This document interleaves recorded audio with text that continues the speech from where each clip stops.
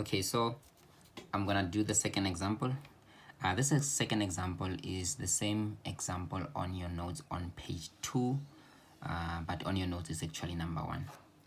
So as we discussed that from first principle, we are using this formula, and I'm just gonna continue and substitute. Remember, you keep your limit until you substitute your h as 0.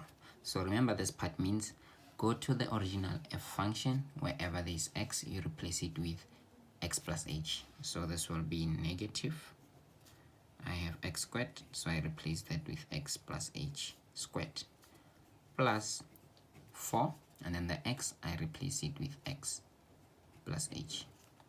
And then now I'm here, negative, you just substitute the original f of x,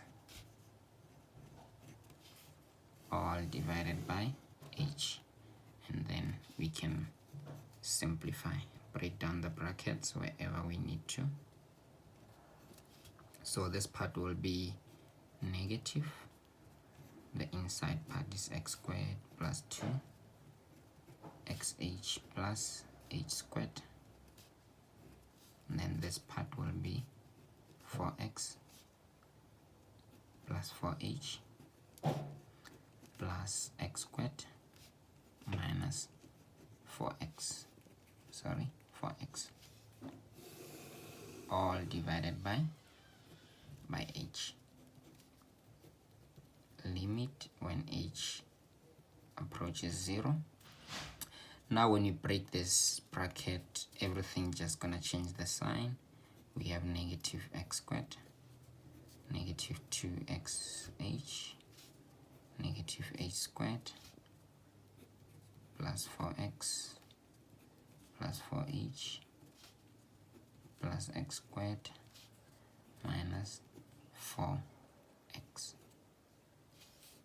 all divided by h. I just want you to notice something here. After you simplify, some things have to cancel, and everything that is left must have h on it. If that's not the case, then you know that you made a mistake somewhere. Let's see here what's gonna cancel. The 4x cancel with the 4x, and then the x squared cancel with the x squared. So look at all the terms that are left. All of them, they have h in them. So if that's not the case, you must know that you made a mistake somewhere. So since everything has h on it, it means that's the part that we're gonna take h as a common factor. Then here we'll be left with negative 2x, negative 2x, and then here we'll be left with 1h, and then here we'll be left with 4, all over h. Then the h is cancelled, and then we are left with limit when h approaches 0, and then we have negative 2x, negative h, plus 4. Then here when we substitute our h as 0, here we will be left with negative 2x plus 4. Just for interest's sake, why are we not substituting the h before simplifying and doing like substituting the x plus h and then the original f of x? The h exists on the denominator.